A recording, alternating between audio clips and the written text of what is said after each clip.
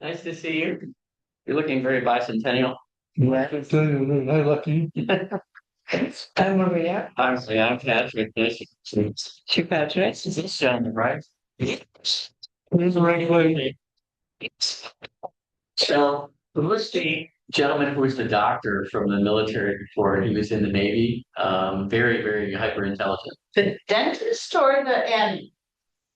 Well, I didn't know we had him at Apple. That's Oh. exciting. Yeah, that's the one who's in Wisconsin right now. Phil, I can't remember his last Yeah, name. yeah, Phil. That was the end.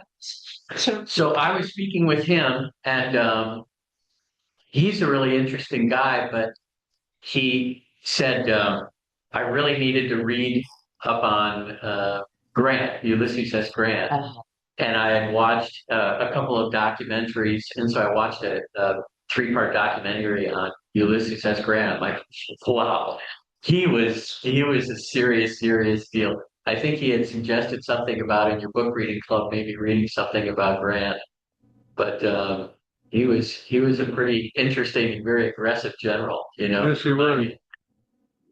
well, listen, war is war. There's people on, but I don't think you can hear us. A picnic. Yes, yes. Just like this other book we read, the McCulloch's book.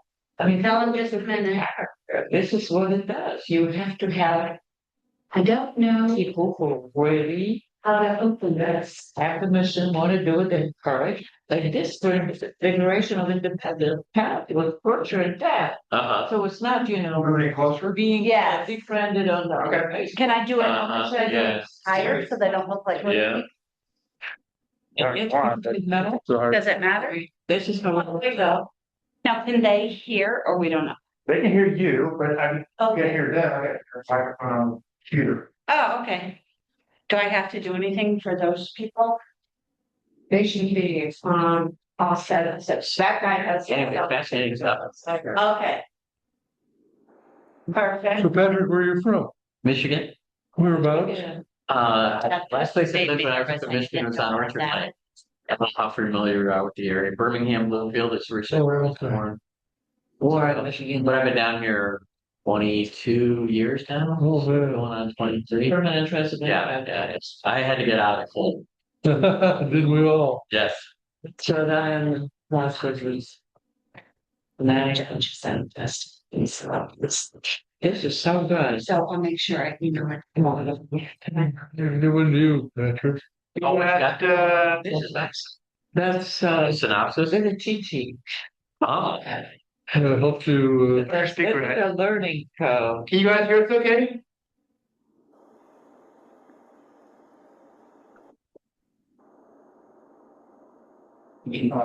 From here. Can you hear us okay? Yeah, we hear you. Can you hear us? Hello? We can. They don't need to unmute themselves. Just unmuted. Yes. Oh, he is. There we go. Hello. That's Hello, Tim. Hey, Tim, can you say something? I think That's Tim. Yeah. That's Tim and his wife, yes? Yeah. Yes. Talking. I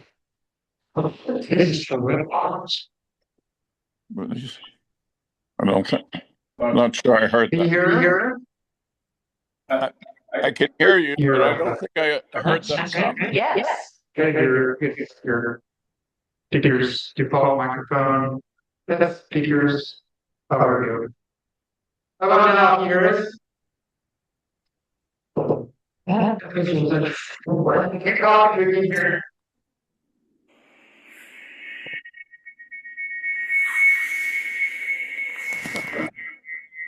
Maybe On the book here. It also kind of sometimes. just in the net, nothing. My children are free to that's the right place. Good morning. This is I heard all those people in the stories. Tim, can you turn your volume up? Joining us. Oh, okay. Next Friday. But today's Zoom. July. Today is July 17th. Mm-hmm. And next July 24th, she's going. Okay, so today is Today we are discussing it. Yeah. interesting. Okay. Yeah. So I kind of, that's how it's going. So we can give time to read it, study, Yeah. then join us if you will. So this will be, next Friday. John, hello.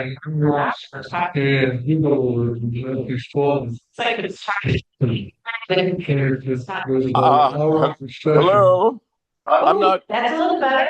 Start here. Keep talking. Hello. Just keep reciting. I don't want you to hear.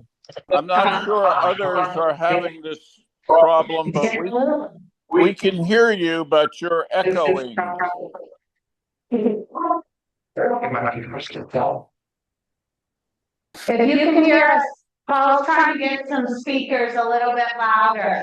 That, yeah, you're sort of echoing. Great. Also, the Great American Fair, which state represent what they have. In Florida, you would not get in. I did not go inside Florida to compete with one end to the other day, and that's Marine. So I said, why is this? You hear so much good thing about Florida, number one. Fun, giving staff animals of the Improving, yes or no? that On top of it, they don't. the money is that's right. It's something else. I don't know what it was.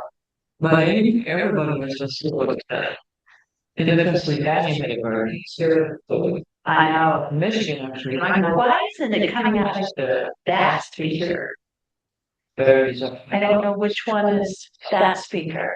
Nobody was raising any kind of. All right, well, How are you doing? we can certainly put that. If you can hear us, hang on. We can hear you, but we can't comprehend what you're saying because you're echoing. Give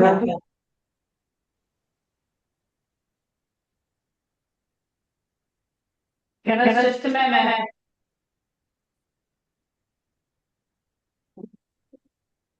Can you hear me now? Yeah. Yes, that was clear. Is it Is it still echoing? I read the book already, but even if we read this person, then because the book is written so many. And it's, I didn't realize that smoking was such a romantic. But love and poetic poetry and interview. Maybe it's that they're too far away from the speaker, but that's Just take the spirit log out. Everything. The speaker's right here, it's just that it's just not picking it up. Yeah.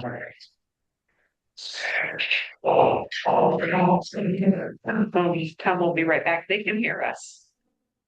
but we can't understand what you're saying. The three. Are you seated away from the speaker?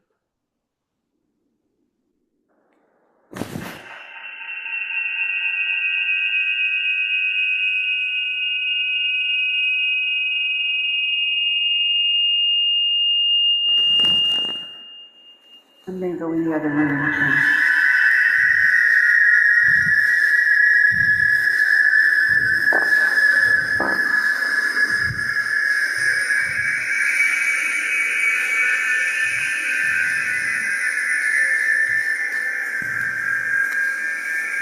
No, let's see. Let me leave, Al, and we'll try just one.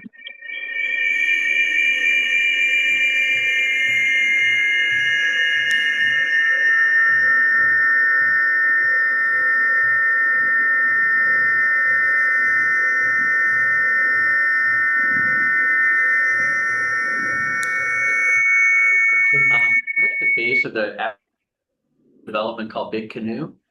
Not familiar with it. And that's right. Where is the, So it's northwest of it, Yeah, but I liked it. I've always wondered what would it be in summer when it's supposed to be. It's spectacular. It really is. Places to go visit. I think that's probably one of the highest end communities. Definitely go there. There's rentals. It's spectacular. All right. All right, guys, back here now. It's better anyway. Can you hear us?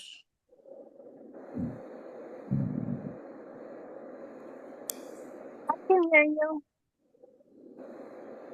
Okay. You talking, just when you took. Here, yeah. Hi Pete, can you hear us? On mute. You're on mute.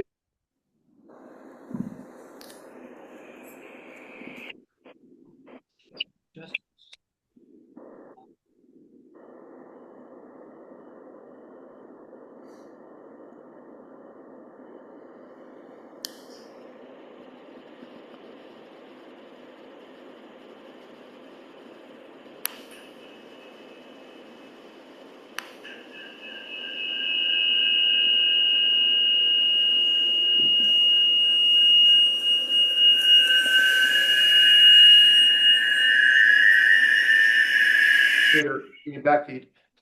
Are you logged in to Zoom? Is anybody logged in here to Zoom? No. I will, I just don't have. No, you don't have to. I know, but I just wanna see if it works, because when I'm at home. That's why we're getting the back feed. I can't. Oh, she hasn't logged in yet. Okay. All right. She said she would. Yeah, so let's see, but I think I need to. Mom, I Yeah. can hear you guys. Oh, okay, that's good. That's You're fine. great too. All right, thank you. I have to Pete, get can you hear us? Pete's on mute. email. Oh, Pete, you're on mute. Can you turn up your volume, Pete? What is He has to click on mute on his computer. That's the problem. Yes. the access to the internet? Of course, I can. Pete, look on your screen. Maybe you can unmute on your screen.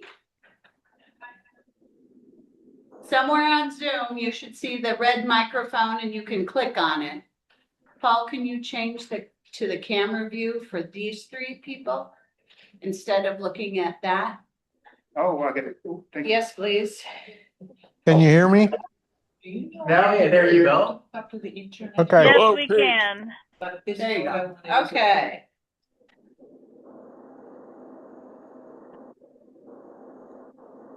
There we go. There we All right. Everybody hear you now? Yes, and I see you. Okay, good. Pete, can you hear us? I see the proof of life photo. Yes. All right. Let's go. Good, good, good. Good afternoon. We're all connected electronically Yeah. and ready to go for this next book. All right, let me get you guys closer. Because there's no reason to look like little tiny people.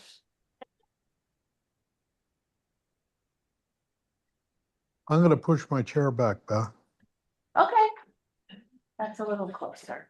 It makes me too close. All right. I didn't know how to zoom in, Paul, but if you can, great. If you can't, also great. At least. Oh, that's perfect. There you go. All right. Let's begin. Whoops. 1, 2, 3. That looks good. Okay, thanks, Paul. Yeah.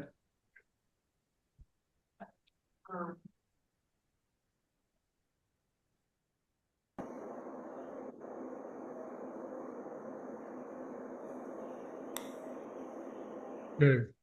While Paul's finishing up, let's begin. Welcome, everybody, to this session.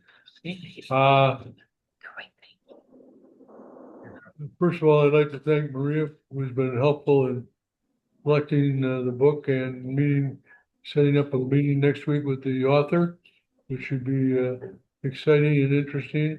If you haven't already Googled him and found out about him, he's an amazing guy. He's a professor of history. So the back of the book kind of highlights what we're going to be talking about the next 2 weeks.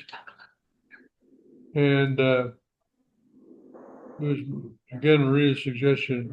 It says, from the introduction, America is a good country, even a great country, perhaps the greatest, but not perfect. It's made up of imperfect human beings because it is dedicated to and constantly aspires to uphold permanent principles about human liberty and truth. Through these noble efforts to achieve its highest ends, this country has done more to advance principles than any other. America is beautiful not for spacious skies or amber waves of grain, as the patriotic hymn goes, but it's also a glory tale of liberating strife. And the cause of all good things, the source of America's true greatness, is the Declaration of Independence. So we're now in the 250th year of the country's life. As a nation, we should take this opportunity not only to celebrate, but to also relearn the history of a people who struggled, resisted, dreamed, created, fought, and died to found this country. So some of you have already probably started getting into the book. It's an amazing book. It's a little bit different from McCulloch's 1776 or the Washington's Crossing, which are more historical narrative. This one is definitely a searching for some of the real principles of the Declaration. So I think you all received. No, they didn't, so Oh, I'm sorry. no, that's okay. Pete, Lynn is gonna send you the Q&A that is for this book because we forgot to tell her to email it out. All she did was print copies. Tim, can I have your email? And I apologize, I don't remember your wife's name. I can email it to you guys right now. That would be great. My email is all one word, Tim T. West. So it's TIMTWEST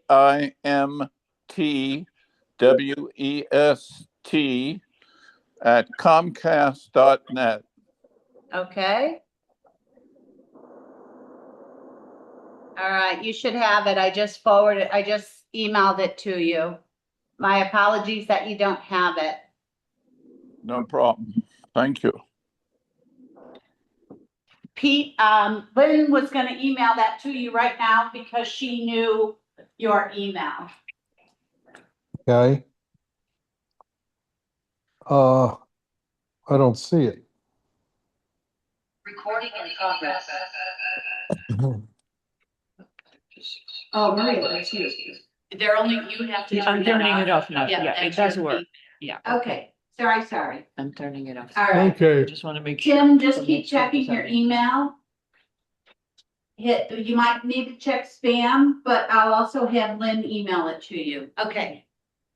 Go ahead. All right. So anyway, with this Making the American Mind, I'd like to start off with the first analysis. By the way, this cheat sheet that you got, that's a terrible thing to call it a cheat sheet because it's the creation of my granddaughter, Jenna, and I think you'll be impressed with her as a 31-year-old woman who teaches high school history, and our students are in good hands with people like Jenna, and I'm particularly proud of her. So Spalding, this first question is the making of the American mind. Spalding presents a dramatic story in the band of patriots who unite to declare independence from and war against the most powerful nation in the world. So, from your earliest recollections of history, what do you see as a fundamental reason for Spalding to write this book? Anybody want to comment on that? Patrick?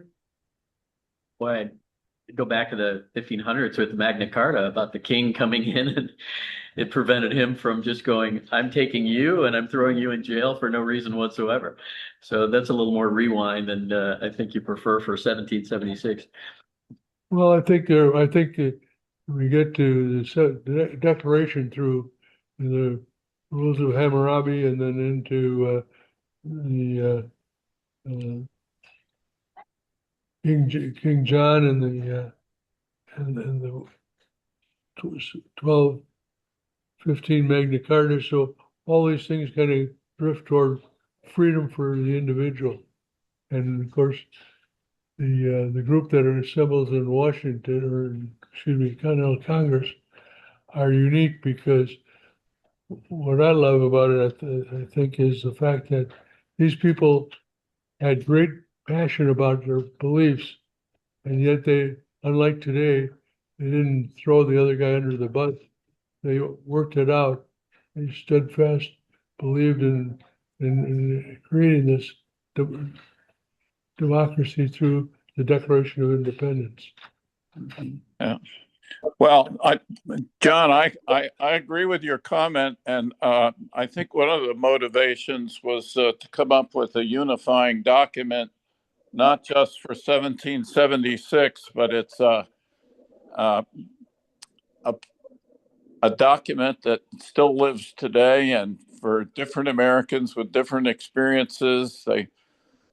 Some are newly arrived, some have been here for a couple generations, of all kinds of different backgrounds, but when they look to the Declaration of Independence, they can see one unifying set of principles that everybody hopefully can subscribe to. I Good really, point. oh, go ahead. No, go ahead. I really, really liked this book. I'm almost done with it. I've got about maybe 20 pages left in the end to finish. But I don't think I've ever dissected the Declaration of Independence in this capacity. Like I've read the founding documents before, and I had to do some analysis in college, but to actually go and kind of break it down the way Dr. Spalding did, I think is really, really thoughtful. And I think it really highlights some of those Enlightenment philosophers who Jefferson really, I think clearly respected as they're drafting the Declaration, and even then drafting things like the Articles of Confederation before the Constitution to ensure that, people have their rights and their freedoms. We just had a little interruption. Pete, have you got any comment? You're usually Yeah, unfortunately, I read this book about 3 weeks ago, and I meant to go back over it last night. Didn't have a chance. So I'm not going to bore everybody by trying to think of what I should say. well then that'll be reflected in your grade. Yeah. Well, I got an incomplete. Well, Ask them if they both received that email from Yeah. Lynn. Did you get the email from us? I did, and John, I'm on my tablet. I went on my phone. I received it. My 84-year-old eyes can't read it. Print is too small. Sorry. All right. well, I just received it. I'm in the car right now. Once I get to where I'm going, I can enlarge it and then put it in the chat here. Yeah. I'm driving right now, so that's also why the camera's off. Well, I have no idea what you're talking about, but if it's bigger print, I can read it. Okay, great. Well, Jenna, I want to thank you for beautiful teaching material and learning material. Yes. So even people who did not read the book can learn a lot. Yes, from- thank you. It's beautifully done, thoughtful. Just thank you so much. And the previous book, we talked about the character. And again, in this book also shows the character of the people, how important it is to feel freedom is so important that we will face torture and death rather than not be free people. And that attitude is kind of a little bit disappearing now, maybe, but still there are people who love the country, and also how important this Declaration of Independence actually is. There's 13 colonies who decided, hey, we just don't like to be treated like that.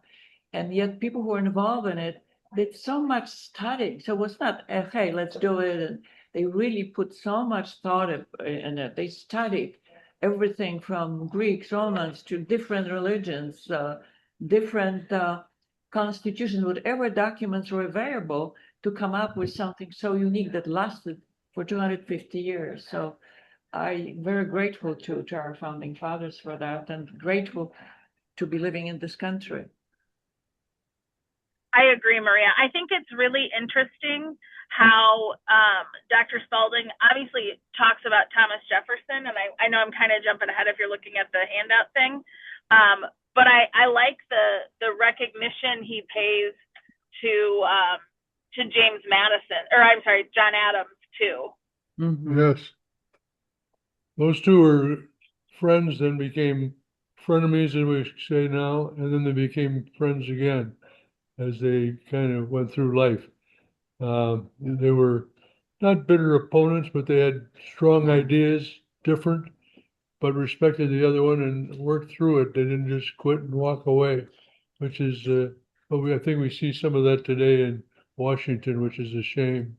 We don't have the statesmen and these founding fathers. You know, I confess that I'm a religious guy at heart, and to me, the founding fathers gathering and writing this Declaration of Independence there's a hand of providence in it all, and because why would it just suddenly happen in the United States or in America?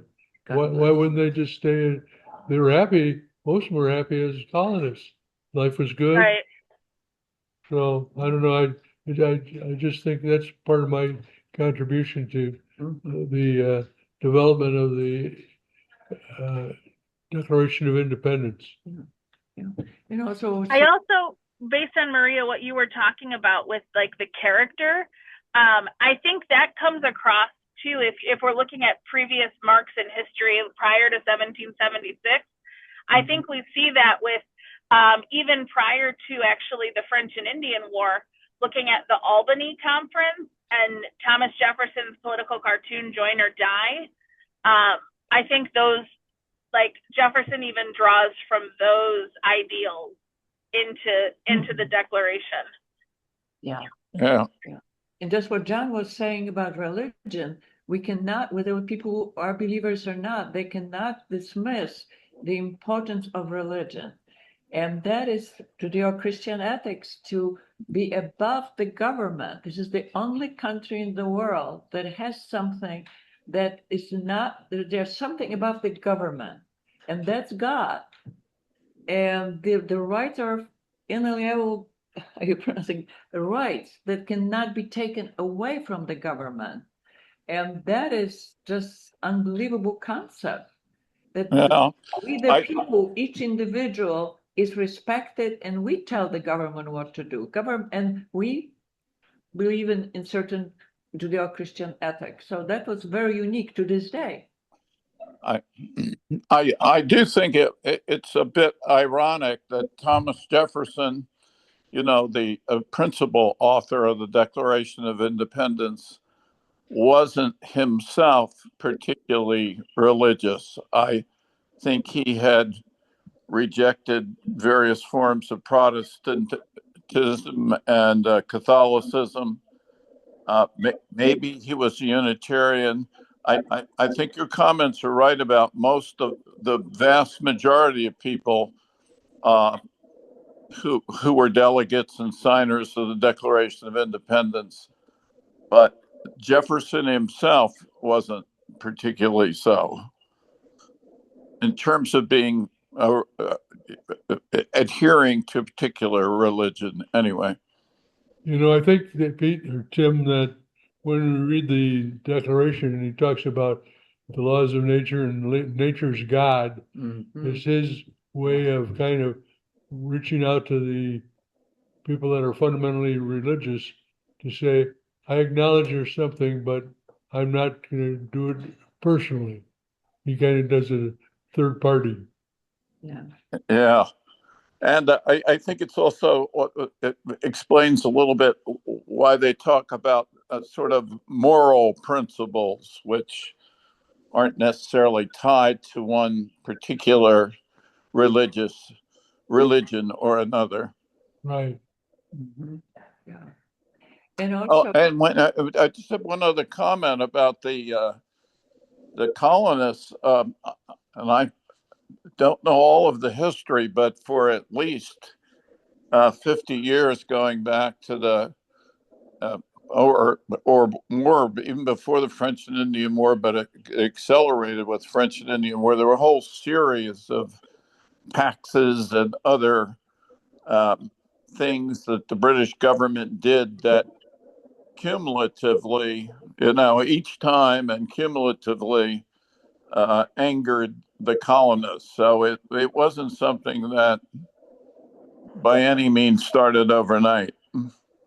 Absolutely not. Mhm. I mean, if you start with some of the things like the Stamp Act, and of Right. course, then the tax on tea was kind of like the boiling point, so to speak.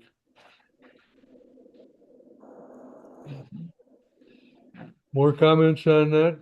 Well, Pete? in reflection, somebody mentioned character, and of course, he makes um, historically the aspect of virtue, but it seemed like more or less the representatives were pulling together. Uh, and, I can't escape in my mind thinking about character of our representatives today or lack of same.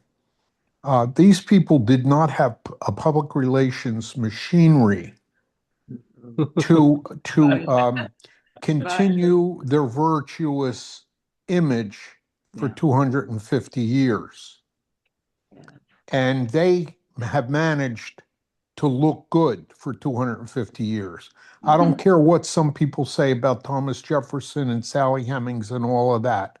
That's a sideshow to the big picture of what they accomplished and what they compromised to do, which doesn't happen in today's um, legislative sense. I also would like to hear Donald Trump talk about the selection of these representatives because I'm not sure how they were picked, but whoever picked them knew what they were doing because they picked people who did the right thing and delivered the product, and we have benefited ourselves today. But virtue, in the sense of doing good, trying to do good, trying to do what was in the best interest, is something that should be in the heart of every representative today. And when I look at them, the ones I knew in New Jersey, I'd say that they weren't that way. And it's amazing that they were able to, in 1776, do this.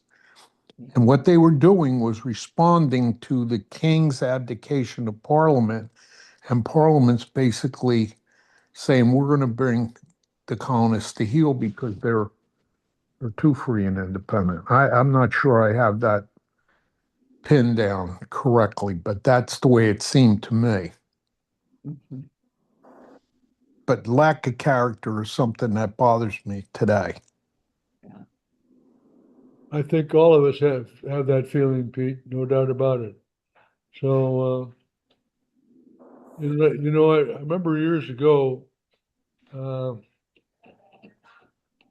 President Kennedy had a dinner at the White House. Maybe you heard the story. Sure. He had a dinner at the White House, and it included all of the people that have won awards, whether it be the National Merit Society or even oh God, I'm trying to think. My brain's a little addled. What do you call the award they get from Sweden or Nobel Prize. Nobel Peace, Nobel Thank Prize. you. Nobel Prize winner? So he had gathered them all in the White House, and he said, this is the finest gathering of intellectual mind in the United States in the history, except for the time that Thomas Jefferson dined alone. Huh. I always love that quote. It tells us just what a formidable man he was, and he was not particularly jaded in terms of religion, but he was open to it, but didn't didn't declare himself as such. So Well, he was, John F. Kennedy was right he when he was. said that. So one of the things that I particularly liked, if you read this thing that Jenna prepared, was the one on the pursuit of happiness. This, you know, what we want to do, we think of happiness as kind of carefree, good time, Charlie, etc. But she narrows it down. Any comments on that? By the way, John, I did receive it, but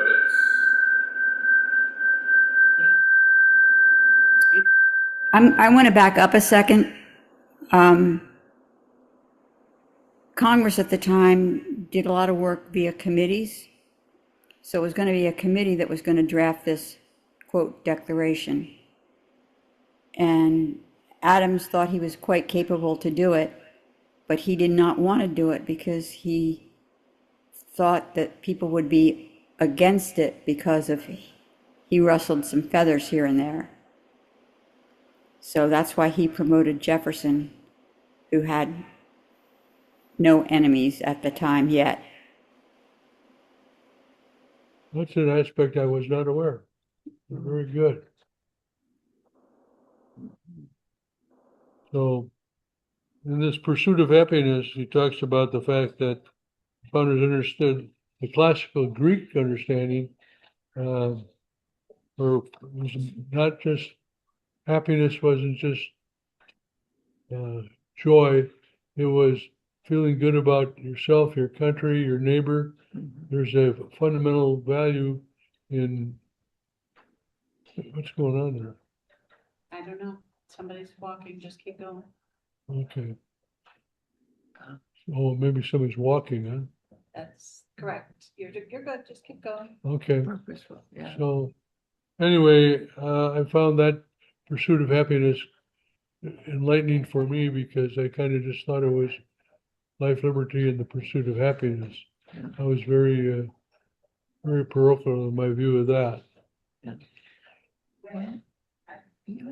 And part of it, the pursuit of happiness, is to have a purpose in life. And these people certainly had a purpose, and they had a life that had incredible influence on our lives. Also, they thought about next generations. You see it throughout the book.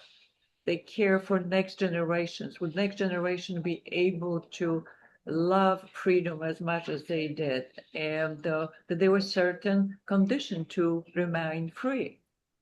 And today we see a lot of young people look for the purpose, and having just friends on the internet, and not all of them, because there are a number of wonderful young people who have purpose and will perpetuate and fight for the freedom and the vision of America as the founding fathers imagined, because at that point it was just imaginary. However, most of them do not. Right now, 70% of college-educated students think socialism is okay. That means they do not know the history of their own country, which is really unique. You can like it or not like it, but it's unique, and there are no other country where people could advance so much in this country. So, as Dr. Spalding says, it's not perfect because human beings are not perfect. However, we certainly improved so much. And the Declaration, it's nice to go back to reading actually the Declaration of Independence, because it's a beautiful document.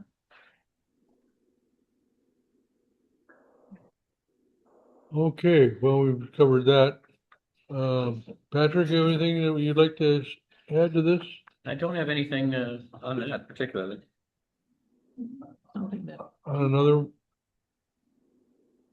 later on in this thing that Jenna put together is talks about religion and theological traditions. I think that perhaps a great number of the colonists were religious in the sense they came over for religious freedom and established the states. And in fact, I think they probably would like to have a state religion like like the Brits had, you know, but they were they kind of ruled out the idea of having that so that all people could be part of the Constitution and the Declaration of Independence.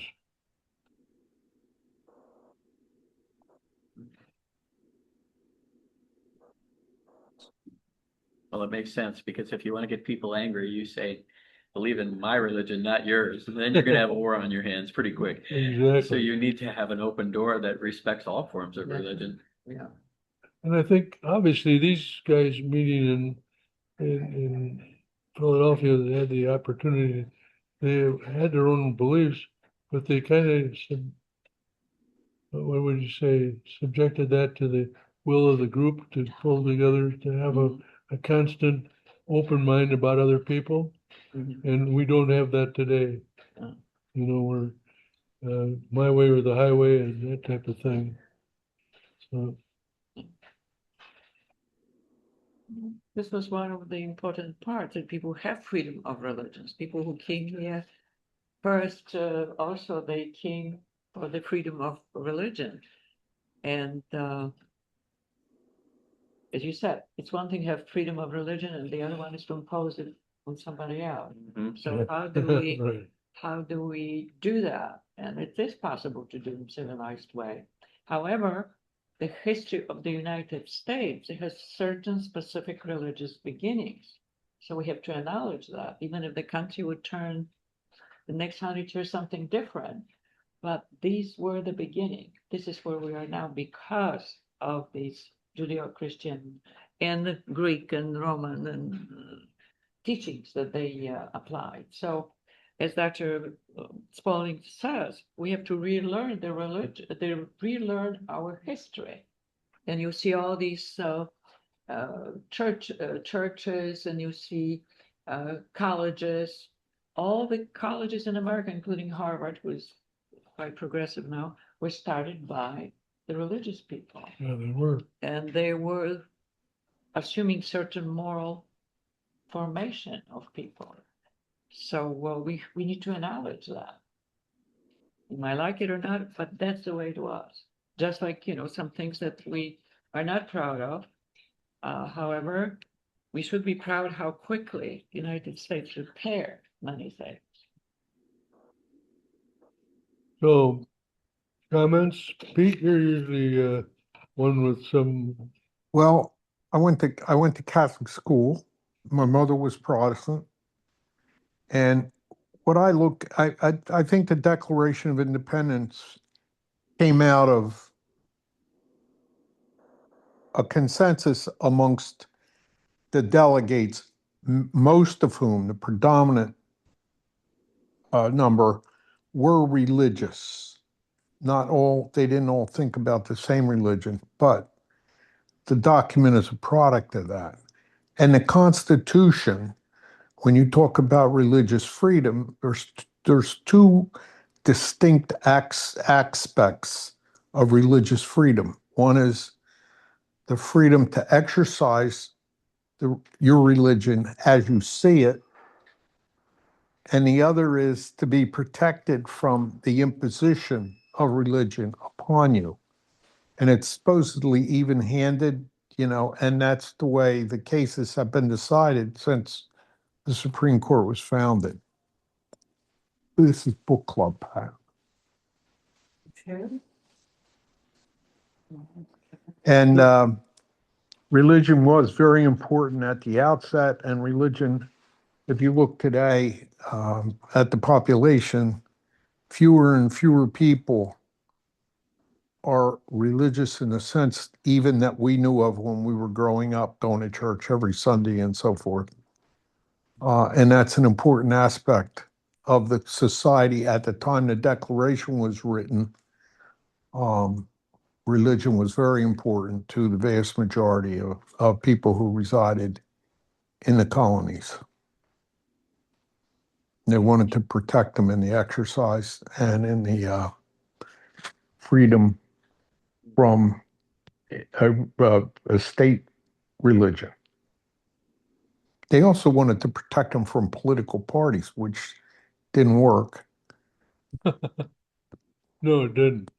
I think that's so interesting too about political parties, because that's even something that Washington really focused on in his farewell address, was that he warned against political parties and he warned against permanent foreign alliances. And so I do from time to time wonder what he would think of today, looking at all of those things and seeing the different things that we as a country are a part of. He'd be appalled like I am. So what happened to Tim? Don't worry about it. Go to the next question. I'm listening Oh, attentively. okay. No, we don't see you on our screen here. We got your logo, Tim, from Washington's Crossing. Well, I don't know how to get it back. What I did is flip to the summary notes. I did receive them. They're excellent. They're just beautifully done. And I was reading them, but when I tried to come back to the full screen, I haven't mastered that yet. All Have right. all your grandchildren left, Tim? Yes. Okay. They would be able to tell me what to do. That's why Jen is so important for me. Yeah, for many of us now. Yeah. They So- get to know her. One of the things that was interesting about the Declaration of Independence and the Continental Congress is that they didn't want to deal with slavery. They kind of, I guess, put it on hold and wanted other people to down the line to deal with it. Do you think we would have been better off if they had made a statement on slavery? Or another question is, would they have been able to make such a statement on I slavery? think the reason it's not included is because they couldn't agree. And so, I mean, if you look at that, the founding fathers didn't agree on whether or not slavery should or shouldn't be allowed. Well, Massachusetts was not a problem. Virginia was a problem. Well, no, there were two schools of thought which continued down to the Civil War and persisted, in some forms long after the Civil War, but slavery did not continue. The three amendments after the Civil War, 13, 14, and 15, are masterful. And that's the resolution that we deal with today. But they could never have agreed on it at the time they wrote the Declaration of Independence. And they were looking. There was Yes. also the fear that some of the colonies would have withdrawn Sure. and caused another civil war. Well, we might have ended up with northern United States and the southern United States separate without secession. They would have just formed their own. Right. Each colony, part of the colonist mindset at the time of the Declaration was generated by the fact that the colonies themselves were founded upon a charter issued by the king, not by the parliament, legislature, but by the king. Right. And all the rights of the colonists believed flowed directly from the king, and they wanted to deal with the king, and they didn't think they were under the parliament. The king cut their legs out from under them. He designated the parliament to handle the colonial affairs. And if you think about it, where did the king get his authority to issue the charter? I mean, the people who argue for stolen land, somebody landed a boat on the coast of New Jersey, and next thing you know, you got East and West Jersey charters. And there were people living there before the boat arrived, and they had been living there very happily, dealing with the land as if it were their own. The king, I guess, took it that by virtue of discovery, quote, he had the right to charter colonies. And some of that is history before the history we're studying. But the charters for each colony gave the colonists the idea that they had the exact rights of Englishmen under all the traditions, procedures, and documents that have been issued in England. And Parliament didn't see it that way. Well, I think part of the things that Jenna points out in this summary is that the colonists didn't think that they had any allegiance to the Parliament because the Parliament they had no representation. Right. And as a result, it said we were chartered by the king, and that's where we have a relationship. Yeah, there was no provision for them to gain representation. Also, whatever they decided, that was it. The Parliament. Yeah. All right. Moving right along.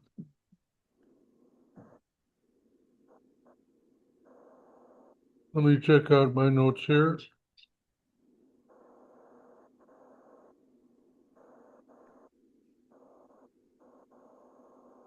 In the book, we find that for me, I always have been a Thomas Jefferson fan.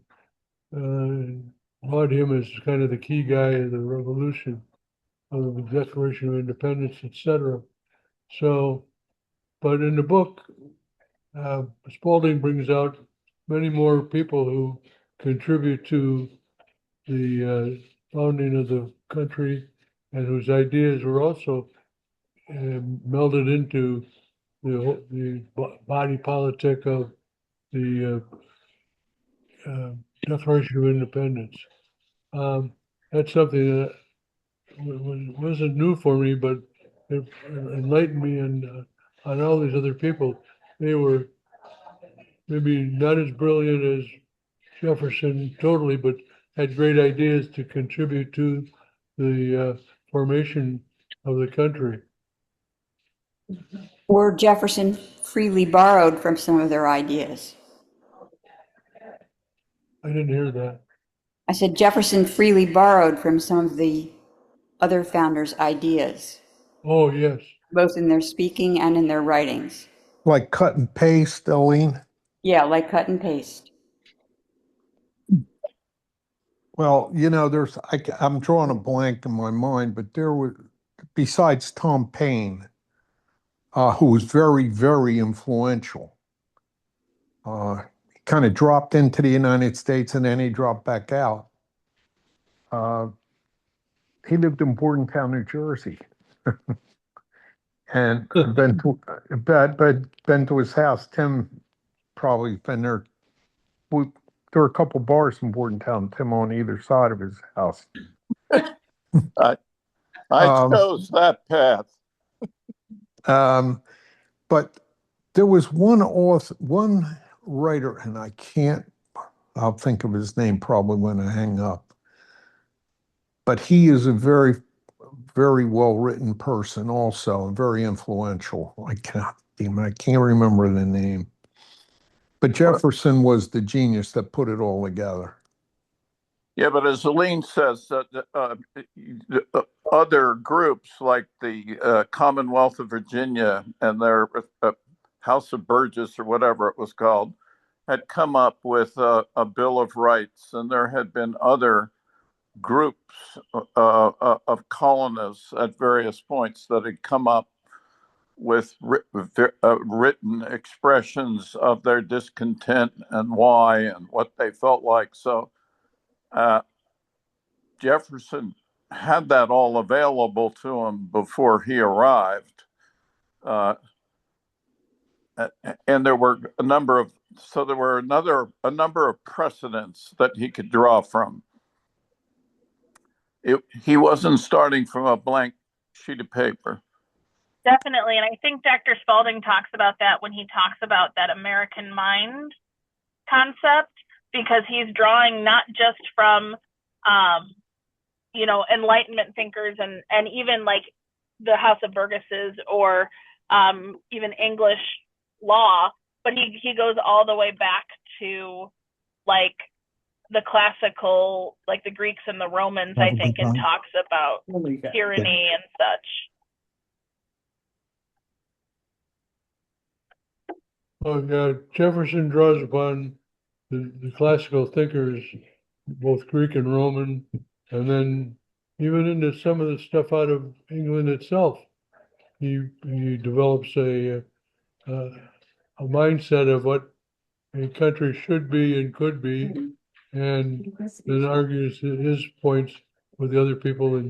And what I think one of the things we learned today about those people 250 years ago, the word compromise was certainly on their mind.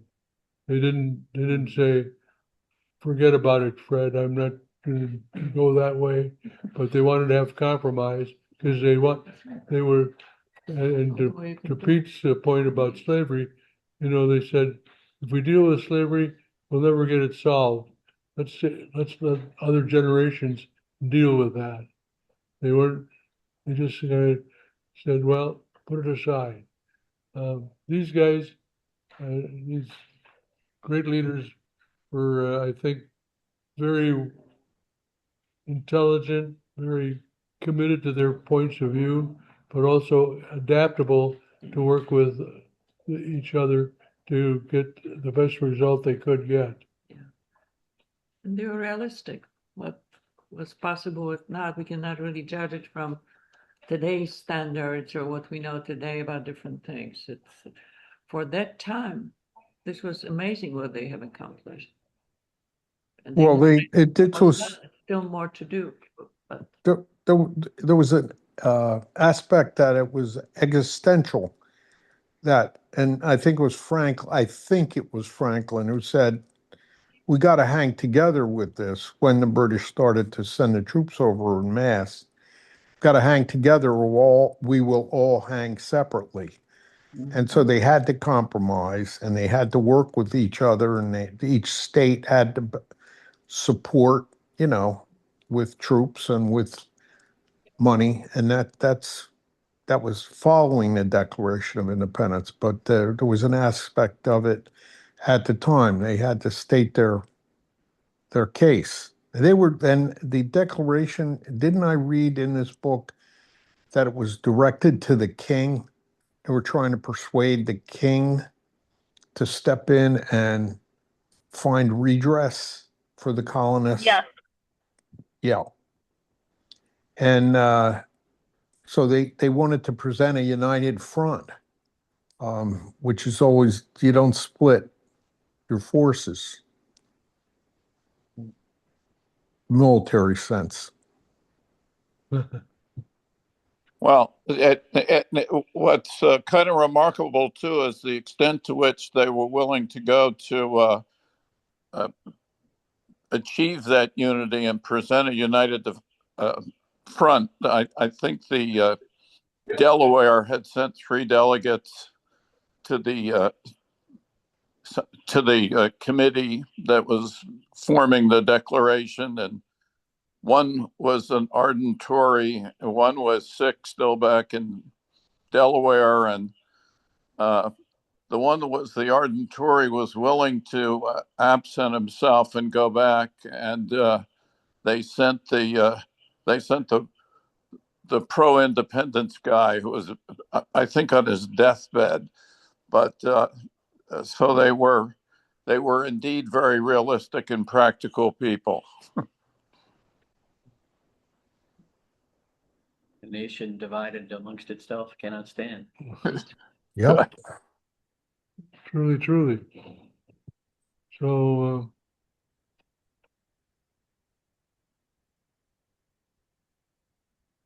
one of the things that I think that Jefferson kind of emphasizes is that it is natural for man to be free, and that's part of the natural law. But before that, that's not revolutionary because certainly Aristotle had that and some of the classical thinkers, but it wasn't certainly part of even the English law wasn't freedom. It was, I don't know, maybe somebody can enlighten me on English law of the 17th century, 18th century. In what respect? Well, I'm thinking that, Jefferson has this idea of freedom where it's the consent of the governed that developed a political system. But before that, it was not that way. And so I'm looking at what was going on in England. Was it just the king ruled and that was the end of there's no arbitration?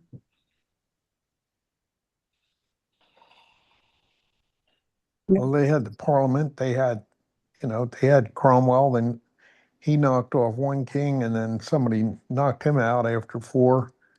And then went back to the former lineage.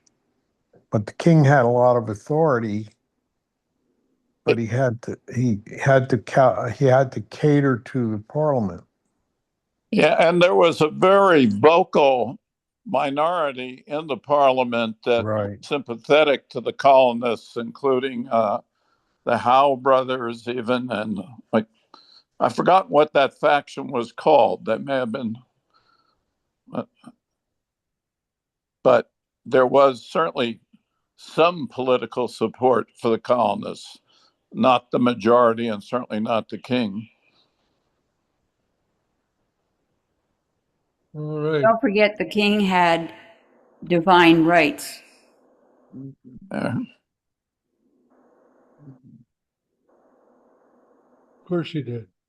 Oh, it was like the Tsar of Russia, So this is where but he didn't have a Duma. love the king was good. Well, I think this is what, this is again where I think Jefferson, he's such a fertile mind to develop the Declaration. He doesn't, I always thought he sat down one night and said one in the course of human events and finishes it off and says, that's it. But obviously not, because there were changes and exclusions that came about with people editing his declaration. I think I read somewhere that Jefferson initially took some offense at people editing his first draft.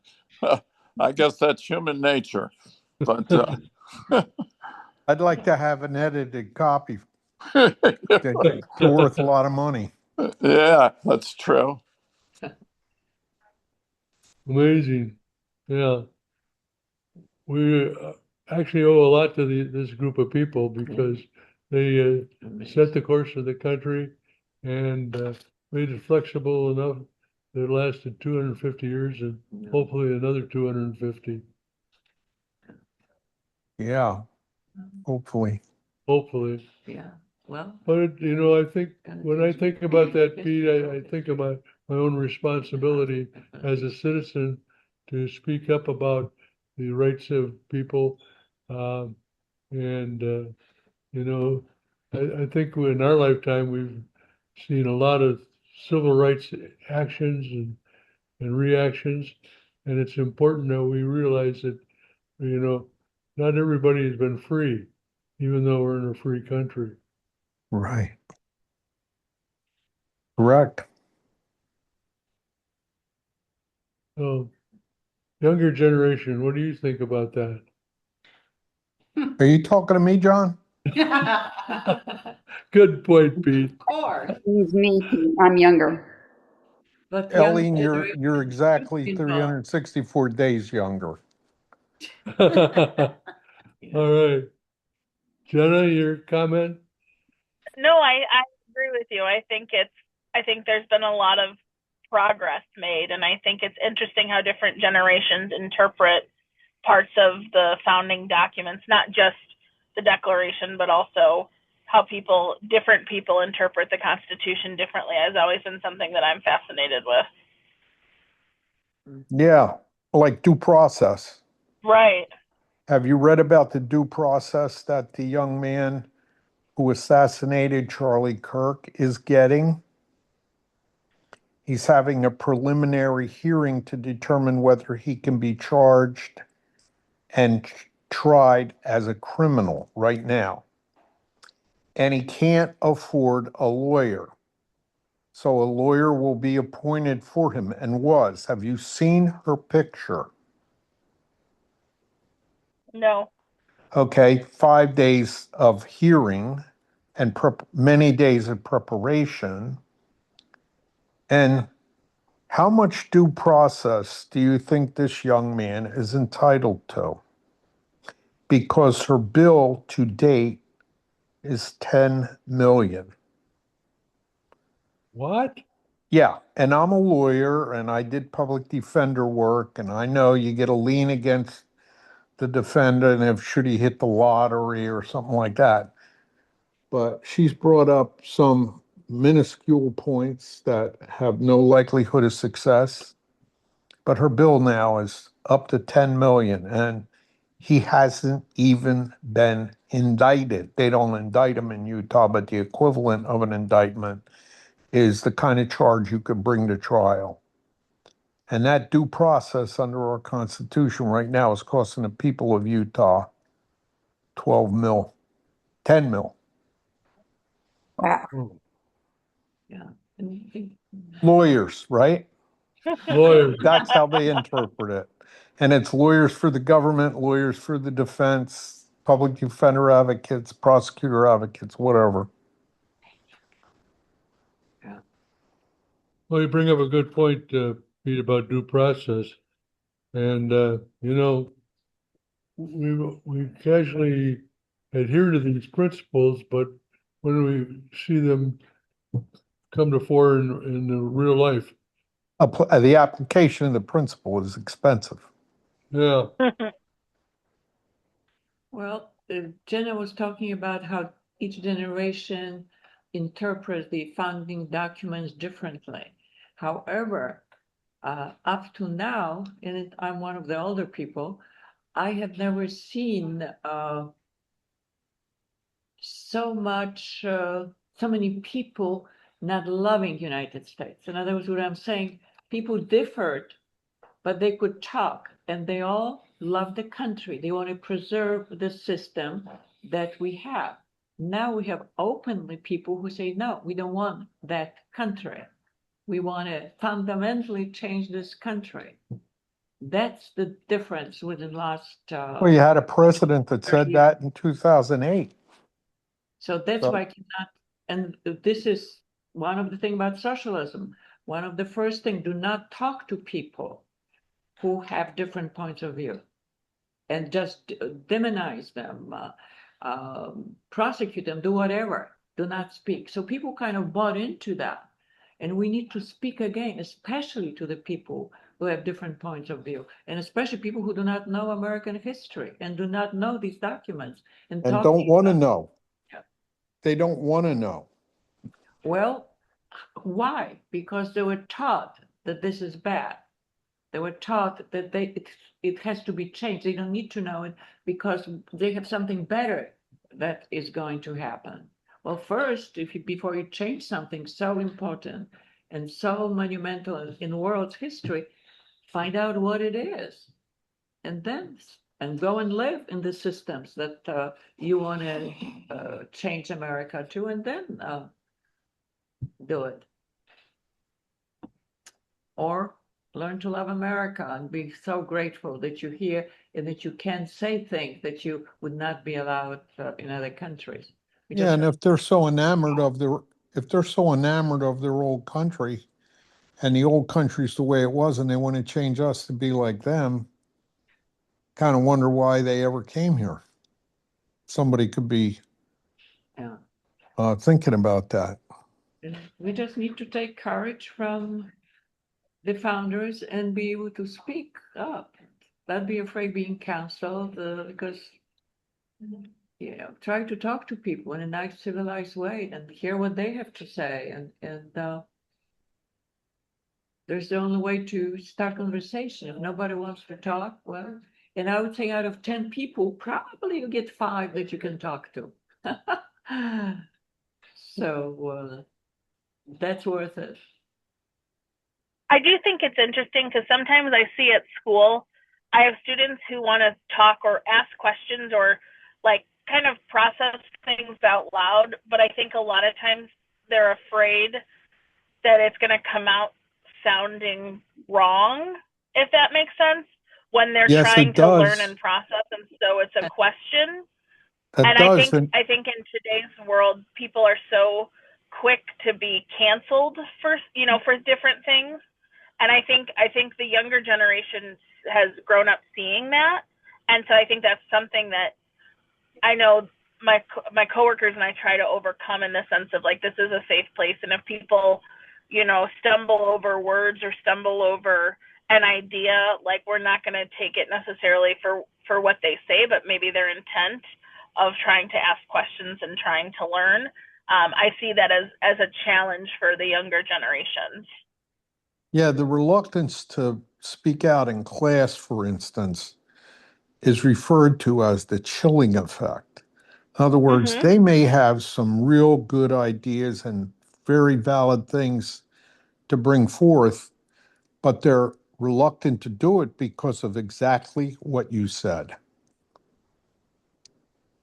It's unfortunate. It is. I was always So I told by think the, that oh, go ahead. That's what's missing. well, I was in law school and started in September of '68. I had just come back from the service, and the times were similar to these times in the sense that we were fractured. Mm-hmm. And I was frequently reluctant to speak out in law school, both because I was ignorant about the law and I was hesitant about my knowledge, but also I listened to the ideas that were being espoused by these college graduates who were in my class, and we didn't see eye to eye on an awful lot. Tim had preceded me in that law school, and it wasn't quite as, I don't think, pink and purple, Tim, when you were there. But the hippies had taken over by the time I graduated. Oh, no. Well, there was deep anti-Vietnam War sentiment Yeah. Right. that began well before '68. So that was ingrained. But whatever. Those were. Yeah.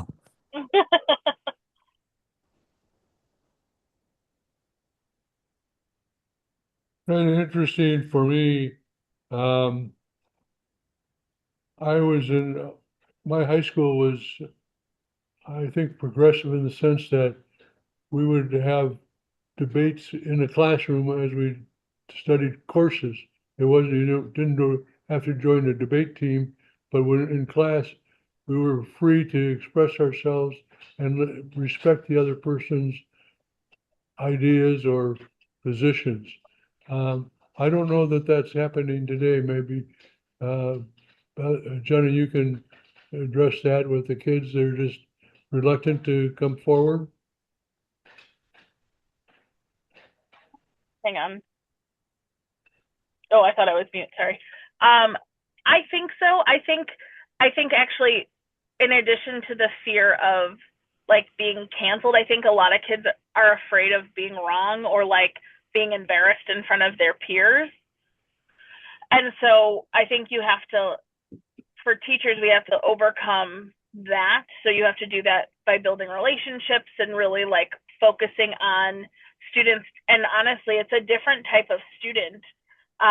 Students, when I first started teaching in 10 years ago or 11 years ago, was more similar to my high school experience, and students today it's very, very, very different. And I can tell the generational gaps. But I think the biggest thing is they're afraid to be, they don't want to be wrong. They're afraid of messing up, and they're afraid of saying something that could ostracize them in a way where they have more peer attention than maybe they'd prefer. Interesting. Well, correct. So I think that, like, it's interesting because it's almost harder to teach in that sense, because you have to, like, we have to teach to so many different facets of a student's life. And I think having everything, like, living in such a global world and everything being so digital, while that's amazing for so many different reasons, I think it can be challenging, because even when I was in school, there was not social media. Like, the internet was on the very forefront of things. And so when you went home after school, you didn't know if people were hanging out without you unless you heard about it secondhand later on. Like, in the moment, you didn't know. And I think in the moment today, students, like, what you say at school carries on into outside of school because of how digitally connected kids are, for better or for worse. Like, I think there's a lot of positives to that. But I think that also kind of ties to that fear of, like, if I say something in class, someone's going to send it to somebody else, and now everybody's going to know about it instead of just the 30 students that are in my classroom. Anyone else want to speak to their high school experience? No. Tim, do you remember it? No. Tim, And I don't I want to graduated a year remember. before Tim, so I can't remember Tim. I remember Tim, but not high school. No, it's interesting because I equate my high school experience as the best 4 years I spent in education, even though I went on. But it was a challenge, and we were challenged to think every day. And if you cited a particular postulate, you were challenged to defend it, and then defend it again in deeper thought. It was a great experience. Were you taught by Jesuits? Yes, Okay. yes, I was. Yes, I was. I was beaten by Franciscans. No, I don't know. Well, I won't say we were never struck with something, but it was an interesting education, and I don't think anybody was out of line in terms of expression, but then maybe it was a smaller slice of the pie. I don't know. Yeah. You know, there's certainly much more involved today in education and in social media that we never ever had in our lifetime at that age. Well, we have to be thankful for having people like Jenna who are in education and try to teach history and what this country was all about, or is, and hopefully will be. Because it's all for next generations, really. Oh, it's interesting, and I agree. I couldn't agree with you more. However, I question the revisionist aspect of what history is taught. I watch an interviewer on Fox News find these airheads at the beach, and they know nothing of history, or at least they're not willing to demonstrate any knowledge. They look, to me, it's like they're 20-year-old imbeciles when it comes to history. And I'm sure they're not imbeciles, period. I'm sure they have intelligence and can think. I just wonder what's going on with respect to their education, and in particular, history. Stop whispering, Beth. So don't tell Pete I said that. No whispering, Beth, especially about me. Wow, Pete. So anyway, it's I was just reminded that the clock on the wall says 3:20, and there's comment time for comments from everybody to finish off this particular section of the book and look at what we're going to do. Next week should be very exciting. And I would ask that we start about Professor Spaulding's going to come on at 2:00. I suggest we all try to get together at 1:45 so we're prepared for him. As you could tell today, Yeah, it takes time. Paul takes a little while to get things going, and I'm not dismissing Paul, but you know, technology is beyond me, so I can't complain.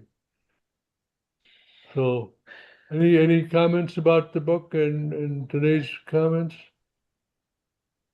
Just going to say goodbye. It was a great discussion and look forward to participating next week. Thanks. Awesome. Okay, we'll see you, Tim. Anything more? Pete, you always have something to say. But I've said it all today.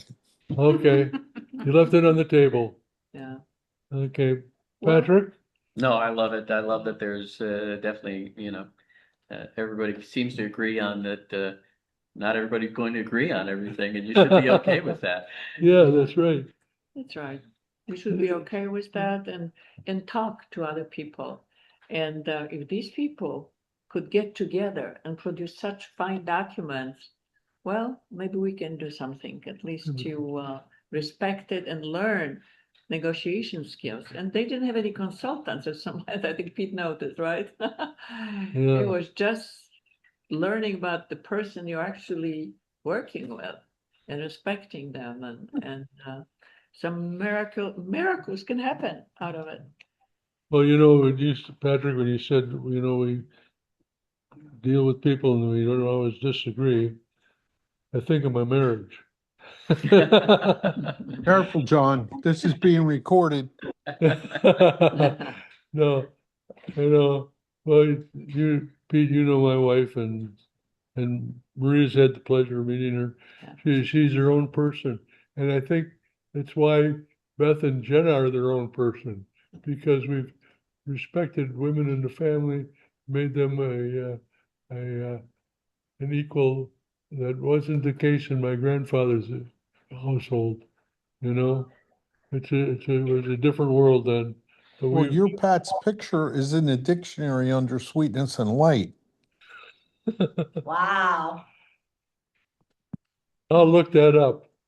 She's not even here to suck up to. I didn't hear that, Jenna. What, Jenna? She's not even there to suck up to. Oh, she isn't. No, she isn't. But word will get back to her somehow. So anyway, well, folks, it was good to get together Yeah. next week, 1:45, and we have the opportunity to.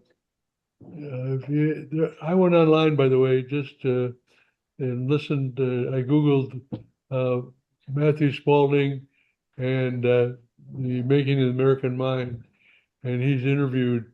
I would suggest you do that.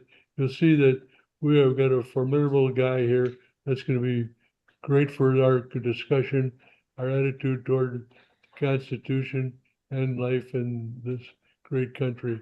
Yes. God So- bless America. So with that, peace. Thank you so much, John and Jenna. Yes, thank you This is all. terrific, Jen. This is absolutely wonderful. Ditto. Thank Thank you, you. everybody.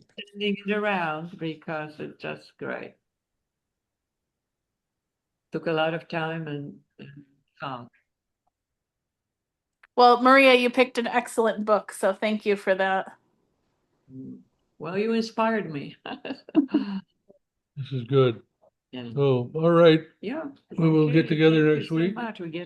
Hi, guys. Thanks for playing. Thank you.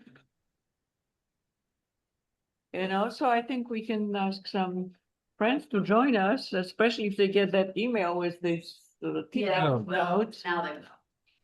All right, say goodbye. Goodbye. Yeah, goodbye. Thank you. Enjoy Goodbye. wherever Biscuit says goodbye. you enjoy.